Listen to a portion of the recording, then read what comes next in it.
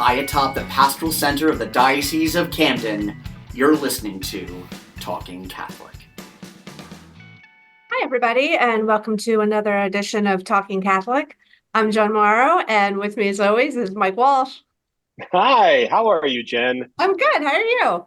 I am delightful. This is one of our Zoom episodes, which I know people sometimes complain about the audio, but that's okay because we always make sure the content is really good. And I always enjoy when we get to do a Zoom with each other when we are quite literally 10 feet away and all of one story apart. Exactly. But no, and happy Easter season. I always want to remind people that Easter is not a day, it's a season, and have a happy Easter season. If I'm looking out my window right now, we actually have blue skies. Which is feels surprising like after a couple days of rain. So happy Easter season to you as well, Mr. Walsh. Did you have a good Easter? A good Easter? I did have a good Easter. Yeah, I got to see family, and actually the Easter week was a very relaxed week around here. You know, it's the beauty of working for a diocese is that Lent is a crazy 7 weeks, and then Holy Week it's just a wee bit crazier, and then Easter week rolls around, and the priests leave town, and everybody kind of goes into hibernation mode for a few days. So I enjoyed that. And then this week happened and everybody woke up again. So I had a very busy week this week, but that's okay. That's what keeps me employed. So I didn't mind. But you had a couple of great editions of the newspaper come out, including one that we've been getting rave reviews because our dear friend and fellow podcast host and writer for the Catholic Star Herald did an amazing story on the recently retired secretary for the Vicar for Clergy, who he did a wonderful job capturing her humanity and her joy, and it was really nice. So kudos to Pete Sanchez for doing a great story on her, and we're actually going to miss Susan quite a bit, but if you get the opportunity, you should really read it. Yep, that was the April 12th issue of the Catholic Star Herald. If listeners remember, Susan Patullo has been on the podcast before, actually. So you could go back and listen to her while she was talking about her 43 years here at the diocese. I think she worked under 5 bishops, if I remember correctly. So it's just a great article, talking to her and then so many people that worked with her. It's a great send-off. And, I know Susan won't be a stranger around here. She's got too many friends and too much history. Speaking about Mr. Sanchez, Pete Sanchez also wrote a great article about a gentleman who just came into the Catholic Church. He worships at, I think, Christ the Redeemer in Atco, and he was called to come into the church at the Easter Vigil after the birth of his daughter, who is now 10 months old. And that's just another really heartwarming story about, family inspiring faith, and it's a good read.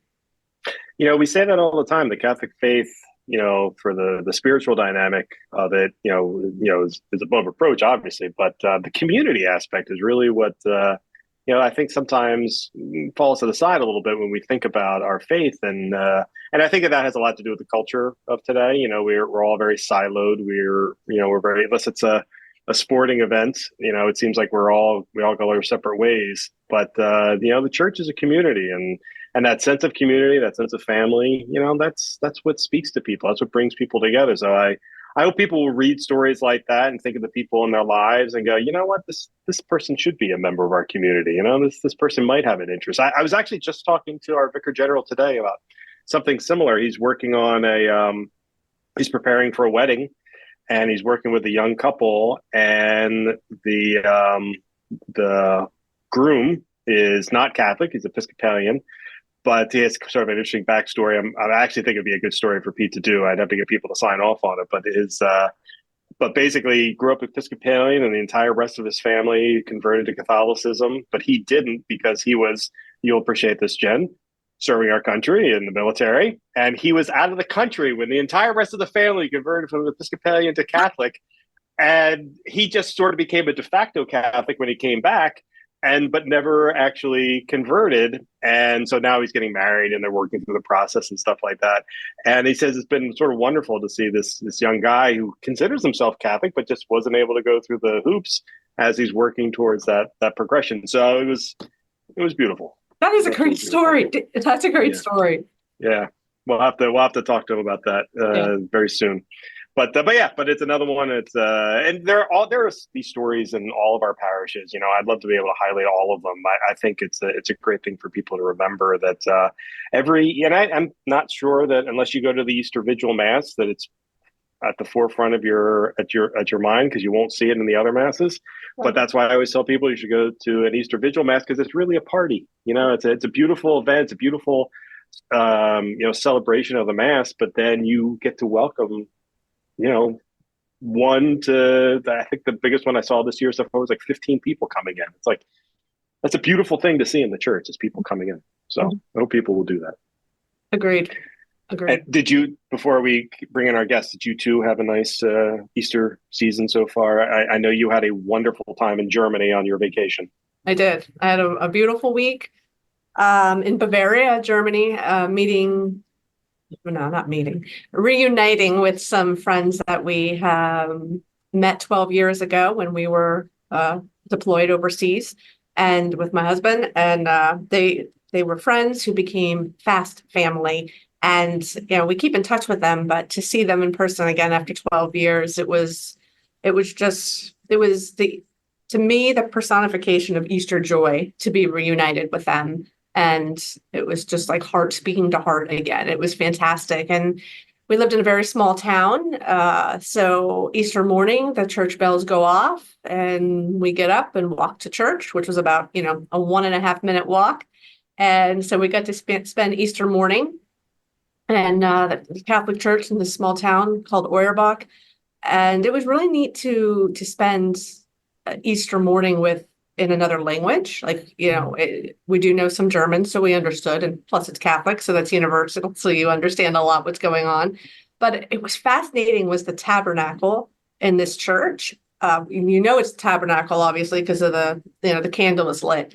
But if it hadn't been for that, I don't think I would have known right away, because it was basically a round stone. And it turns out, and that's their tabernacle all year round, obviously, not just Easter. So when it comes down time to celebrate the Eucharist, you literally roll a stone to the side, and inside is the Eucharist. And I thought that was quite beautiful. Wow. Yeah. That is. I should show you some pictures. It was just beautiful.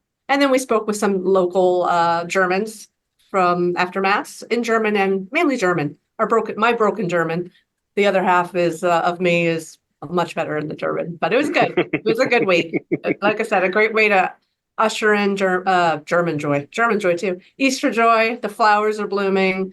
You see the trees with all of the Easter eggs hanging off of them. It's usually the children in the town get together and hang eggs on the tree. So it's very beautiful. Oh, that's wonderful. I was very happy to sort of follow you on social media and see all the fun you were having, and your ridiculously handsome husband having a good time in Germany. And it also made me want to go back to Germany, because I got to spend a week there not long ago, and I've been wanting to go back for some time. So I was a little jealous as well. But I got to talk to my boss about giving me a week off so I can go to Germany. So I got to get on that. There you go. I know some great people you can visit. Okay, I'll make that happen. All right. Well, that's enough about us. That's right. We have a great episode today, and it's a topic that we've hit on from time to time over the last couple of years. But when we talk about it, we always like to bring on people who are far smarter than us, particularly one name that is considerably smarter than us. And I know he's smarter than us because each of us have to edit his column once a week. And sometimes I really got to hit the dictionary. But he does great work, and it's one of my favorite columns in the Catholic Star Herald. So Jen, who do we have with us this week? This week we have Michael Canaris, who is the Associate Professor of Theology at Loyola University, Chicago's Institute of Pastoral Studies. And of course, he's the longtime columnist for the Catholic Star Herald. Well, welcome back, Mike. Great. Thank you so much for having me. You're too kind as usual. As usual. Did you remember that, Walsh? Kind. Remember that I was called kind. I know. Oh, I thought he was referring to me. Sorry, because that's weird. Okay. And of course, we have a new guest. I'm excited to introduce. We have Maureen O'Connell. She is an author and also the professor of Christian ethics in the Department of Religion and Theology at Salle University in Philadelphia. Welcome, Maureen. Hi, everybody. Greetings from far west Camden. Philadelphia, far west. It does feel like that sometimes. Yeah. Thanks so much for having me. It's great to be with you all. Well, we're happy to have you, and I don't want to put a pall on over anything too quickly, but as someone who grew up in this area and went to St. Joe's University, we love you anyway, Maureen. So it's okay. Well, I'm a fellow Hawk there with you, Walsh. So yeah, then I'm so happy, Maureen. It's all good. It's all.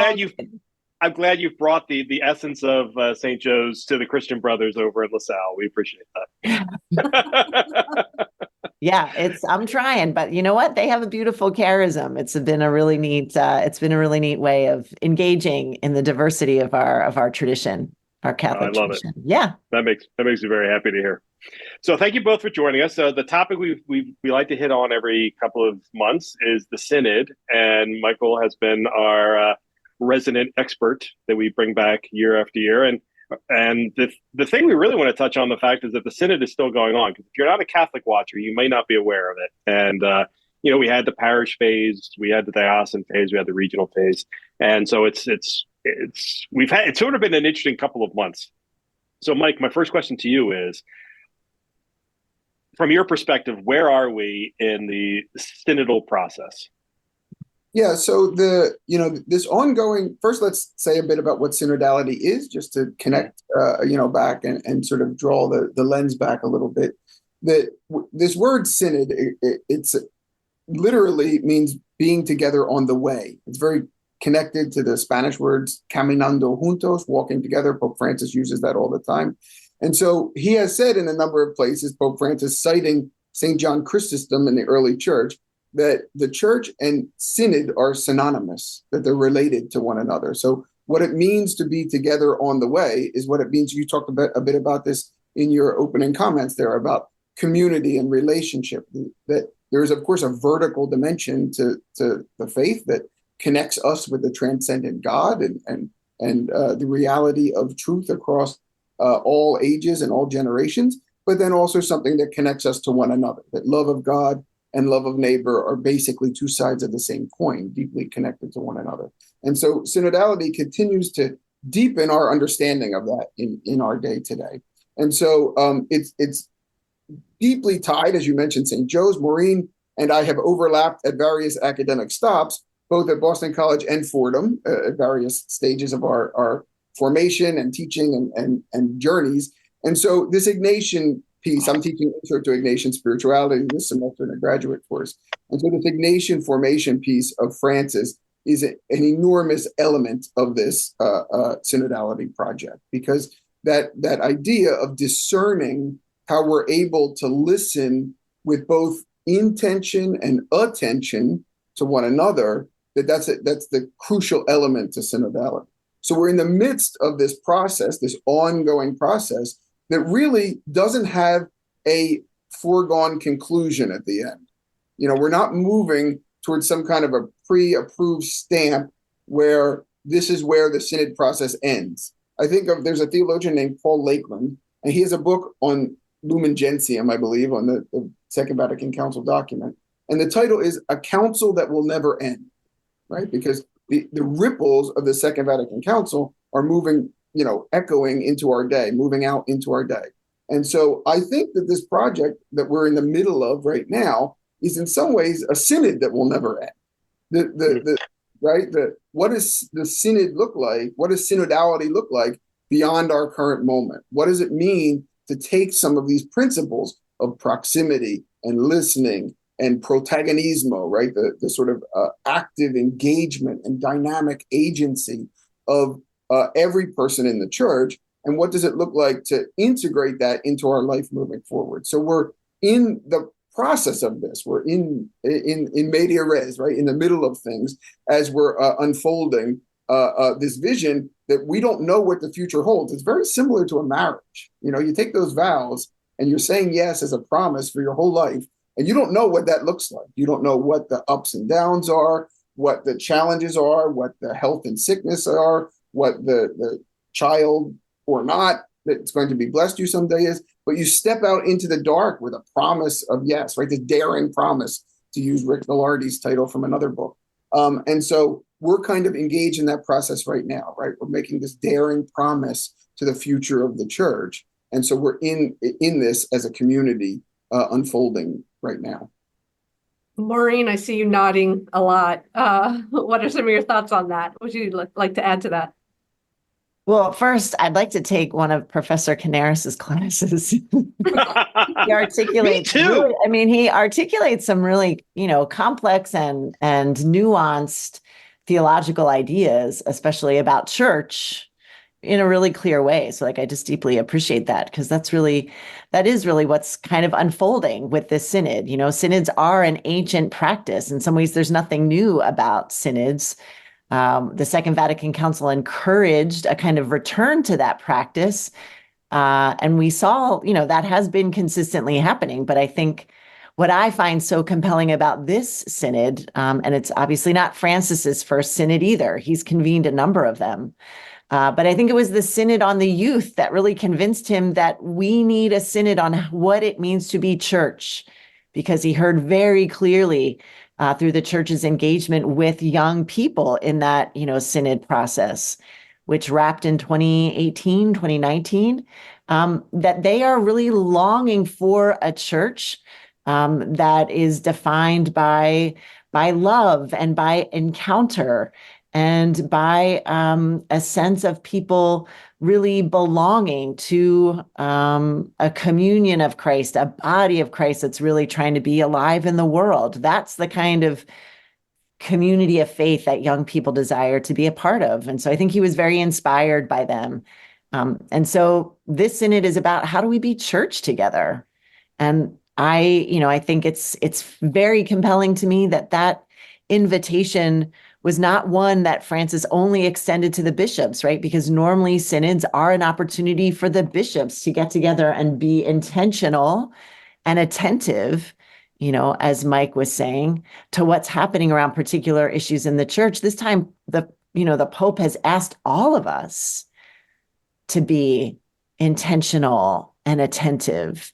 And that call to participate has really been very, granted, unevenly received across the church. But for the folks who have accepted that invitation, particularly the young adults that I've really been so blessed to be able to work with in the Archdiocese of Philadelphia, anybody who has participated, has accepted that invitation, has found that that process of really listening to what the Holy Spirit might be saying to us as individuals, and also in the lived experience of other people, to be a deeply faithful, faith-filled, energizing, hopeful, and in some instances, deeply consoling experience. In and of itself is an experience of church that we're maybe trying to discern how to better become through this process. Oh, go ahead, That's Mike. something. Oh, I'm sorry. It's funny. So we've done a lot of reporting on the synod, and it's the people who have taken part have, to echo what you've said, have all come away with these wonderful experiences they've had. Whether or not, so we're done we finished the diocesan phase, a year ago, and then there was sort of a secondary diocesan phase that took place recently, where a number of questions came back to the diocese looking for answers, a very quick turnaround of answers, I might say. We had to have that done I think we've accomplished it in under a month, where we were able to sort of, comment on the secondary questions that the Vatican put out. And each and every time we've done it, the people participated have come up with some really unique perspectives that, to both of your points, have already bore fruit within the diocese unrelated to the synod. We learned things during that process that we would have not learned otherwise had that synod process not existed. So whether or not from a global standpoint, you'll be able to measure the success of the synod. Michael, back to your point of those ripple effects, I can 100% confirm from a rank and file, from a in pew perspective, they have absolutely borne fruit. I don't know if that was the intention of the Holy Father when he came up with the synod, but if it was an unintentional consequence, then I think it was a positive unintentional consequence. And that depends, irrespective of where you fall on the Catholic spectrum. In no way was it only people who were, I won't even classify them. It was across the board. So I personally have been very happy with it. And Jen might agree with this. It's made for great content, right, Jen? Absolutely. Okay. It's great content. I find it very, fascinating, a lot for the reasons that both of you already spoke about. And I'm very interested in hearing what both of you have to say about, the youth participation as well. I think it's fascinating that the young people are interested in this. I like a lot about what you were saying, Maureen, about, their longing for a church that is more like this. Can you dive into that a little bit and share what you've seen when it comes to that? Sure. I mean, I think this time 2 years ago, we were at the beginning of that listening. Well, not even at the beginning, a couple, months into the listening phase. And in the Archdiocese of Philadelphia, there are, I think at the time, maybe 11 institutions of Catholic higher education in the Archdiocese, and then obviously a number of Newman centers. And a small group of us said, well, what if we, made sure that our college students knew that they were invited to participate and, created a pathway for them to participate. And we collaborated with the diocese and trained people across all of these campuses to do listening sessions with students and to gather those fruits and then to bring them in with their bishops. We had a cross-campus 2 years ago, a cross-campus listening session with about 100 students and the Archbishop. And we identified a number of themes that we heard, we meaning some of the faculty and staff and campus ministers that accompanied the students. And what we heard them saying is that they are looking for a church that is in journeying, wanting a church that's moving towards different visions or hopes that they have. So, some of those themes are wanting to, move from a church of exclusion to a church of inclusion, wanting to move from, a church of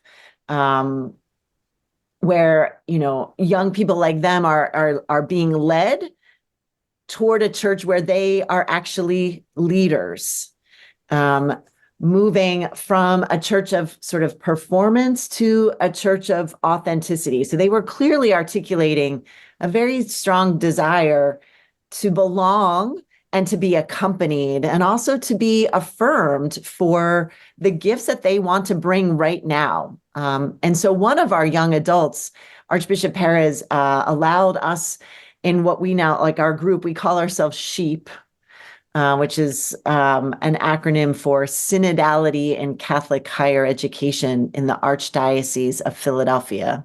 You can see why we landed on SHEEP, because that's a bit of a mouthful. Yeah. But the Archbishop invited us to nominate a student to go to the Continental Assembly between with the North Americans and the Canadians. So we did. We nominated this young woman this time a year ago. She was helping to kind of offer some feedback on the document that came out of that North American Continental Assembly. So this time last year, when Pope Francis said he would like, for the first time in the history of the church, folks other than bishops to be contributing to a General Assembly and asked for nominations, we were ready. And we nominated this young woman, and we had all of our student leaders sign and all of our campus leaders sign, and we sent it to the Archbishop, and he endorsed it and sent it to the bishops' conference, and they sent it to the North American Conference, who endorsed it, and it went to Pope Francis, and wouldn't you know it, he picked her. So Julia Oseka, a junior at St. Joe's University, is the youngest female voting delegate to a General Assembly ever in the history of the church. So to Walsh's point that, we are already experiencing the fruits of this process before it's even finished, that process that we helped collaborate and create made the pathway for this young woman to be on the floor with those bishops where she's advocating, having listened very carefully to her peers, advocating in those circles, in that assembly hall where her voice is heard for the same amount of time as the cardinals in that space. Wow. And where her vote in the discernments counts the same amount. So, I think for the young adults that we have engaged, that has been a very important affirmation that if they risk, and for many of them, it is a risk to engage in this process, because they risk either exclusion, or maybe some of them risk change to something that actually does provide them a sense of belonging and safety and comfort in a very challenging and anxiety-riddled world, especially for our young adults. It says it's worth this risk because the global church is actually really listening to you, is actually in the language of some of those documents, making a preferential option for our young people. And so we've just found them to continue to step into their protagonism. So it's hard to believe it's maybe 3 weeks ago, maybe not even. We in SHEEP ran a process here in the Archdiocese to invite anybody in the Archdiocese who wanted to weigh in on those questions that Walsh was mentioning for this period. And, we had students facilitating small groups. We had students offering their witness. And I think older generations seeing them engaged just gave them so much hope.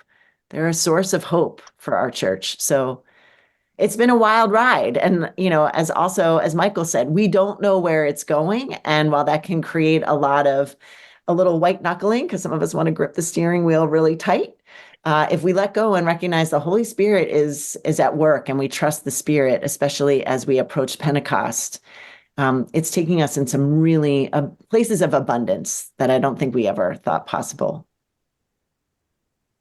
I think it's such a wonderful example, the students' experience about what they're looking for. Like you said, they want to be led to perhaps one day be leaders, but accompaniment, but also help foster the gift, their God-given gifts.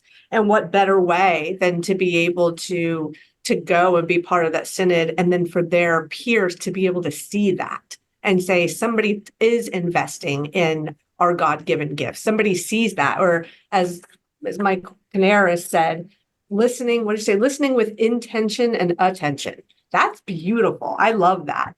That's beautiful. Mike, what has your experience been with students in this process? Yeah, so I am an ecclesiologist by training, so somebody who studies the church, right? So I deeply love the church. The idea that I'm here in Chicago, and which I love my university, and I love being sort of integrated in the life of the city. But if I had my druthers, I'd be home with Eagles season tickets, right? My family is back there, but the idea is, friends here and everything. And but I've dedicated my life to the church. I think I am a loyal son of the church. But our love and loyalty to the church is always a result and a consequence of our encounter with God, not the reverse. It's not the prerequisite for our encounter with God. And so, my work with students, I'm very blessed. I teach graduate students, so I don't, they choose to be in there. They want to be studying the material. It's a lot different than my colleagues who have to teach Intro to Theology 101 to people who, that's where you change hearts and minds, right? I have a different vocation on my end. But what we constantly talk about is the movement away from a propositional vision of the church. My grandmother had a box of recipes, I remember, with like index cards in a little square box. And so we have to move away from a vision of the church where we're pulling out these recipes from the box and saying, I believe in God, check. Father Almighty, check. Immaculate Conception, check. Assumption, check. And so at the end, it's all intellectual assent, and you get to heaven and you say, look, I checked all these boxes. You have to let me in now, right? And so a movement away from such a vision of the church is that, a movement that sees the importance of doctrine and teaching. We don't come to know Jesus Christ through magic or osmosis. We come to know him through a community. And so the community of the church has an indispensable role to play in this process. And so all of that is true. We need to go more deeply into our own understanding of the faith, to understand the difference between Anselm, Augustine, and Aquinas. I laughed because on a student evaluation one time, they said, this guy talks about all the names have A's, Aquinas and Augustine. And so, but I mean, we need to understand the roots of our faith, but we also need to understand the limits of doctrine. The idea that no doctrine exhausts the meaning of our encounter with God. It's, you know it in your own life, right? The words love, the 4 letters, Love, they can't get their arms wrapped all the way around all of the contours and messiness and transcendence of what that relationship encounter or embodies in your life. Your love for your spouse, your love for your child, your love for your pet, whatever it might be.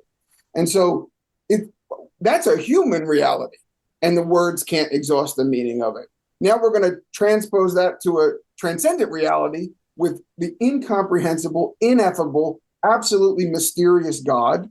That, Augustine says, if you think you've comprehended something, what you've comprehended is not God. And so the idea of abandoning ourselves into that mystery by using the pointers of doctrine that allow us to enter more deeply into that mystery, but not to put all the emphasis into the propositions, and rather to situate them against this backdrop, very Rahner, right? Rahnerian vision, or Rahner, against this infinite horizon of mystery. And so, I mean, that's what we're doing in this process as a church, that we're understanding, appreciating, valuing the doctrines, the clarity of the church, the role intergenerationally that the church has to play towards society, sometimes a prophetic role, sometimes an endorsing role, but yet it relativizes it in some ways, which is frightening for people, because that abandonment to the mysterious God who we cannot control, we can't put the Lion of Judah into a petting zoo somehow, I read somewhere, right? And so how do we live that as a people, not only as a person, as me, Mike Canaris, with all of my background, experiences, friendships, loves, but as a people, as a community, as the holy and faithful people of God? How are we doing that together that moves us beyond simply parroting the same teachings? I'll close with this. I've said it before in here, on this comment at least, that you can teach a parrot to say the words consubstantial.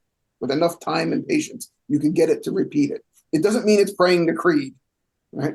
And so what does it mean to appropriate and live at every aspect of our being these teachings of the church? It's much more than regurgitation and repeating. Okay, I'm going to pause everyone just there, so I can just make this completely unrelated comment. If you've ever wanted to have a conversation with Mike Canaris and you can't find him, just read his columns in the Catholic Star Herald, because he writes the exact same way he talks, and it is absolutely wonderful. And quite frankly, I'm even more shocked right now that you're able to put all that down in one shot without saying once. That was outstanding. And this really is a promo for not this episode, but this right now is a promo to read Mike's columns, because they really are just that good. And I say to my students, real quickly, all the time, I don't find myself a particularly good teacher, to be honest, right? So I feel like I sort of overcome my lack of preparation because I'm very busy with sheer force of my personality sometimes.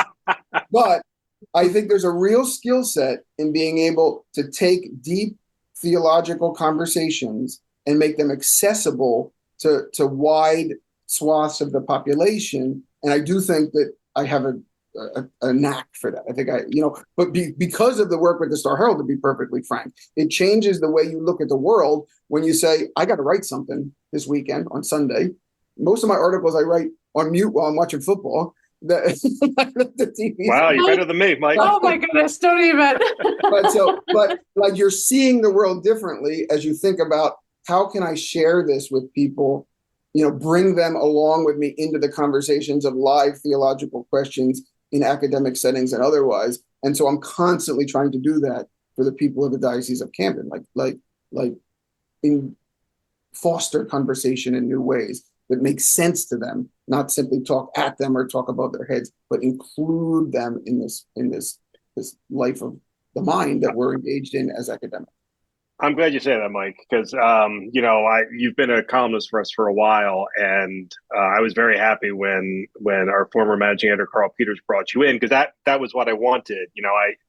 The paper was a little different back then, and I felt that was missing. And when he was able to bring you in, I think it elevated the paper to something that does not appear in most diocesan level papers, and I really appreciate that.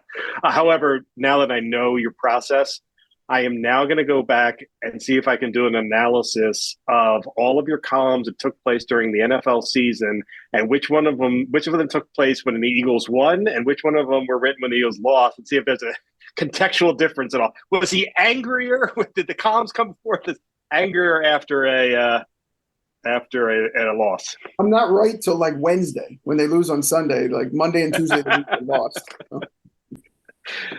Well, thank you. Honestly, thank you for giving us a glimpse into your process. We really appreciate that. I feel like if you can write that while still watching a football game, I have a lot of improvement to go, since I'm always like, all right, nobody talk to me. The door is being closed. I have to focus.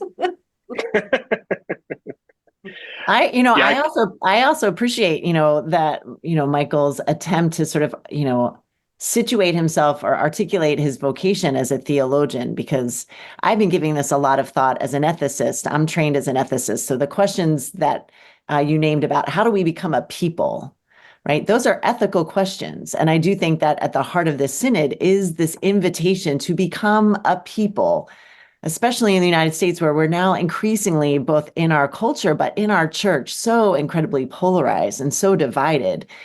If that even just a fraction of that vision of becoming a people is possible, I think that will really be a sign of an impactful and successful process for us in the United States. But I've been thinking about what it means for me as a theologian. Who are my people? Who am I accompanying as a theologian? Who am I thinking not for, but who am I thinking with? Right? I think the synod is an invitation to everybody for conversion on all different levels. So I'm deeply appreciative of the way that Michael models that and offers that up, because that is serving the people of God, thinking with the people of God. And so, yeah. I'm going to have to figure out what I need to have on mute in the backdrop. Maybe it'll be like House Hunters or something, which is the thing that I turn to when I just need to decompress a little bit. It's not Philadelphia sports, truth be told, but but anyway, I really appreciate that way of thinking about how we're really all called to this work of becoming a people. And I think the questions that have come out of the synod, those questions came from the delegates, right? That included non-bishops for the first time. And they're asking us, how do we become co-responsible in this work of becoming a people of God? It doesn't just happen. Communities are something that we make, that we're all responsible for making. Mm-hmm. So let's talk a little bit about how you two have been working together. I know you've known each other for a while, obviously running in the same circles. But I know that you're also a part of something called Centers, Catholic Education Network to Experience Roman Synodality, if I have that right. Yeah, there you go. Can you explain a little bit about what this is and how it started, where it's going? Maureen, you want to start? Sure. Yeah, you can see acronyms. I live in lots of acronyms. My husband's always like, between the acronyms and the charts in your life, there's a lot of creativity gets expressed that way. So really, this is an initiative that's very grassroots. It's growing out of a little grant that I helped apply for. To bring some theologians, teaching theologians from different institutions around the country together to think about, well, what implications does synodality have for the way we teach? What implications does synodality have for the environments in our classroom? How are we using the spiritual practices of synodality, which are encounter, active listening, dialogue, and collective discernment? How are we bringing them into our classrooms? And so there was a small group that has journeyed together thinking those thoughts. I was fortunate enough to be in Rome last October for 1 week of the General Assembly accompanying a group of students from Fordham University who were there as part of a course, and just kind of saw the way in which that being close, even being around the edges of the General Assembly there last October, really set those students on fire. One of them, in fact, was an MC of a national gathering that we had across higher ed with a handful of bishops and a bunch of students just last night. So it really is unleashing the protagonism of young people. So it was like, well, why couldn't we bring some other Catholic universities to Rome? And what if everybody kind of developed a course, perhaps, that they would be offering next fall that would be looking at things related to the synod in a variety of different, and from a variety of different angles in theology. And so, put out a call. Would anybody want to do this? Anybody interested? And again, a number of folks said yes. And so we've just been journeying together to develop a bunch of different courses. We have about almost 15 institutions now that are participating. So we think that there'll probably be a delegation, a national delegation of about 100, mostly undergraduate students, but some graduate students, again, connected to courses. And, our hope is to bring young adults to Rome to witness to this experience, which in truth is I think as significant for our generation and maybe the generation immediately behind us as Vatican II was. There's a big thing that's happening on our church. We're in the middle of it. So wanting our students to have some direct access to that. We also want to continue to form them in the spiritual practices of synodality, particularly as that might pertain to how they want to lead on their campus communities or in their parish communities so that they can be protagonists. And then we also want to develop their leadership. They have said, at least in Philly, they said, we don't want to be led, we want to lead. So we want to bring them together so that they can start to figure out, well, how do they want to lead? What would they need from us as their educators, as us as ministers who accompany them in terms of leadership? So it's the hope that we go for a week and we're together for a week in Rome and experience a lot of different things together, do some education together. We're putting together a request for a papal audience, which would be amazing. So I don't know who the patron saint of papal audiences might be. I don't know who we need to start, who we light the candle for. But yeah, we're just hoping that we give this next generation of folks a really profound experience, that they are part of a church that seeks their gifts, seeks their visions, seeks their dreams, wants to journey with them, wants to make a preferential option for them. And hopefully that's going to change us as educators. Hopefully that's going to help our universities be part of this process of becoming a synodal church, which is going to be a long project. We don't know the end. It's going to be a long project.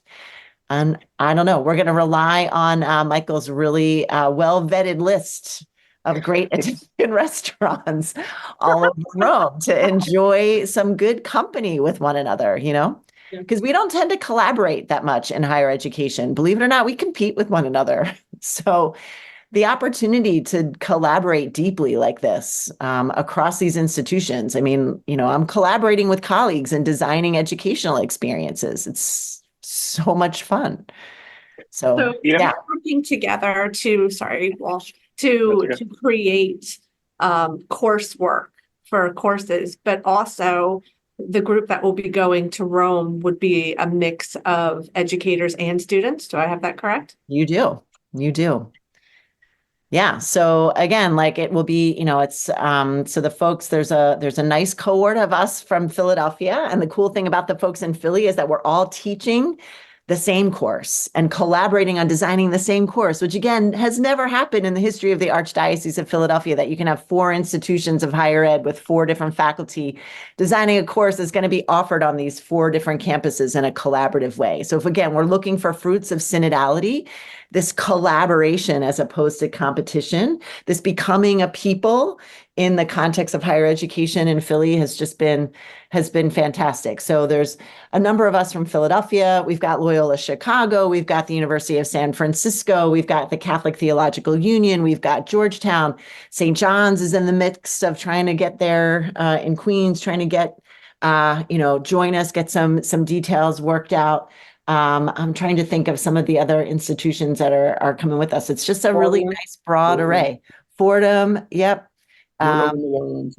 Yeah, Loyola, New Orleans. It's really fascinating. And again, I think what's going to be neat is the work of collaborating together as educators on a project like this doesn't often happen in higher education. So we're all bringing our distinct gifts, right? Michael's not just bringing the gift of his list of restaurants, right? He's bringing the gift of having taught. He's already done this online. Maybe you can say something about this. Taught online, an international course, right? That we're bringing down the walls of higher education and collaborating. And that's forming us in a different way. It's forming us to be in the church in a different way, which is super exciting. I don't know what you think, Michael. Yeah, two things on that. So on that collaborative piece, that we offered an online class last year. Now it feels like it was just yesterday, but where we had students from Chicago studying with students in Mexico, Argentina, Brazil, Chile, Colombia, and Guatemala. So I had 92 students in the class. From all those places, a bilingual class, and we structured it kind of synodally, trying to not teach only about synodality, but to proceed synodally. And so we would have large group sessions every other week, where you would have like a great speaker from the Vatican or someone come and speak to the group. And then the students were broken down into small group sessions, small group pods, we called them, mixed between universities. And then in that area, that was exactly where we were trying to grow these talents and skill sets that Maureen talked about students, like, not this idea of being the voice for the voiceless. Everyone has a voice. So what we saw ourselves as is voice coaches, trying to unmuzzle voices that have not been listened to for a long time, and why. And so the students were taking active leadership roles in these small group sessions, kind of studied every other week with the large group things, because that large group thing can be a little bit passive, right? You get a great speaker, you talk for an hour, you ask 2 or 3 questions, and then you wrap. That was really different than what was going on in the small group. So that's one piece of it. The separate piece kind of focused on this Rome thing. Just as Catholics, it is the beating heart of the faith. Now, a global church, it's not, it's a unique sociological world there that is quite Italian in its formulation. What would the Curia look like if it was situated in Nairobi or in Madrid or in Latin America somewhere? It would look very different, probably. But because we're working within the system where, Peter and Paul were martyred there, it has a special significance for the Catholic Church. But the idea is not just to go there and have the students talk to one another or get great content from professors, but really to put them in thought partner relationships, dialogues with all of the great stuff that is unfolding there. So, things like the Sant'Egidio community. I'm working now both with the Pontifical Commission for Latin America and doing some other work with the Dicastery for Culture and Education. So the voice is there. The Israeli Embassy to the Holy See, they're going to welcome my group, because I take my own class separate from this in May, and then this inter-university project is in October. So we're going to meet with the Israeli ambassador to the Holy See, just emailed me this morning. Centro Pro Unione, the ecumenical hubs, the lay center, the kind of network and thought, what's the word I'm looking for? Think tank of sort of lay spirituality in the global church. So putting the students in conversations with all of these different elements that are unfolding sort of around the synod. It makes me think a lot about the council, the Second Vatican Council, obviously, right? So on one end of the council, you had the documents that are produced at the end, but they're never inextricable. Is that the word? They're never removable from the event of the council. So when you had all of these thinkers that were watching soccer at night and getting coffee together, and the non-Catholic observers to the Second Vatican Council who were meeting and offering feedback that was then working its way through the theological experts and the bishops into the documents. Or if you know anything about the catacombs pact, if you don't know anything about that, Google it. It's unbelievable. But you had, at the end of the council, you have these bishops from Latin America that it's almost like a Dan Brown novel. They go into the catacomb, and in a mass down there, they pledge to renounce worldly esteem and honor and privileges and live in solidarity with the 2/3 of the human race who are struggling for dignity. I mean, it's a beautiful thing, but it's not part of the technical documents of the council, but it's part of the event of the council. And so what we're trying to do here is get the students and the professors and the campus ministers and everyone else that's part of this project to come with us to be part of the event of the synod, even if they're not voting delegates. And the way I'm structuring my own class, I do have a graduate class going because I only teach grad students. But the way I'm doing it is I don't want the students to think, all right, he's teaching a class in ecclesiology. 20 of the students in there get to take a boring class, academic class with Professor Canaris, and his 4 favorites get to go to Rome with him. That's not at all how that's going to be horrible if you try to structure a class like that. It will collapse. So the way that I'm structuring it is we're all going on this process together. So they're going to offer insights and feedback into texts and ideas, and then almost like have some ambassadors from the class go represent their voices to this community. And then when they come back, unpack and debrief that experience. So the whole group is coming with us on this journey.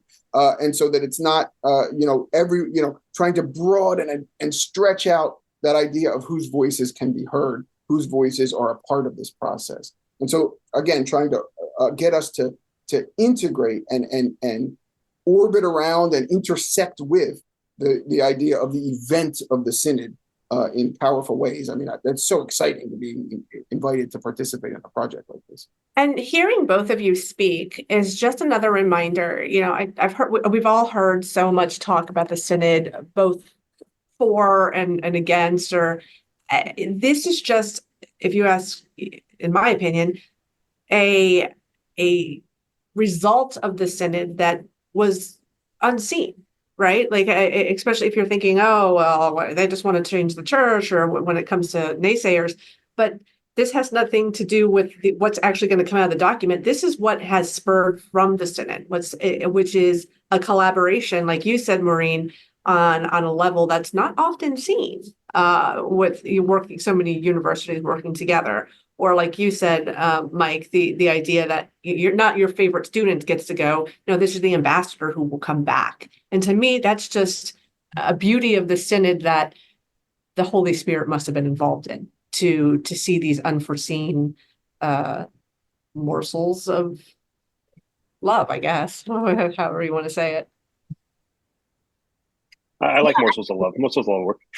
Yeah, I mean, I would agree. And at the same time, though, I do think that much of what's being discerned in the synod is on the table because lots of people of God participated in articulating what they saw as sort of the biggest obstacles to journeying with the church and the biggest dreams for joys, deepening the joys of journeying with the church. So there are some things that are on the table that are being discerned that are very significant to the young people who we accompany.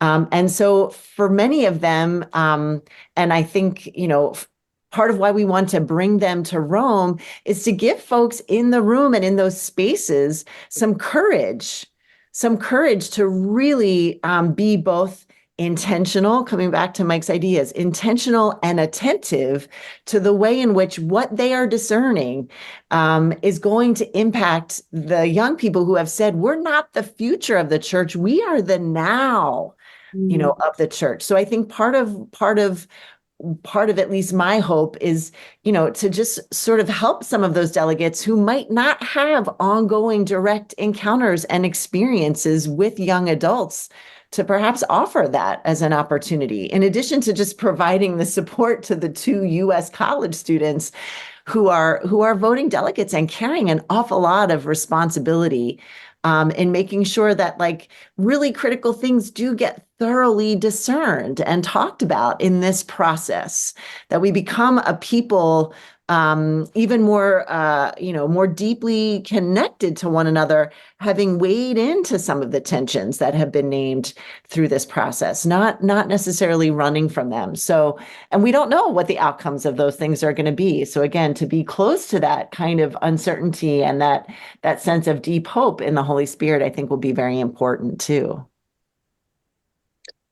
Well, thank you both for joining us today. This was as good a podcast as I could have hoped for, and you guys delivered beautifully. So thank you for that. And I hope our listeners really get something out of it, because, the Synod's a long process and it ebbs and flows. So, for some folks, some listeners, it might have been on the back burner, but it's good to remind them that it's very much on the front burner, and we've already seen a lot of positive ramifications of the Synod. So thank you for that.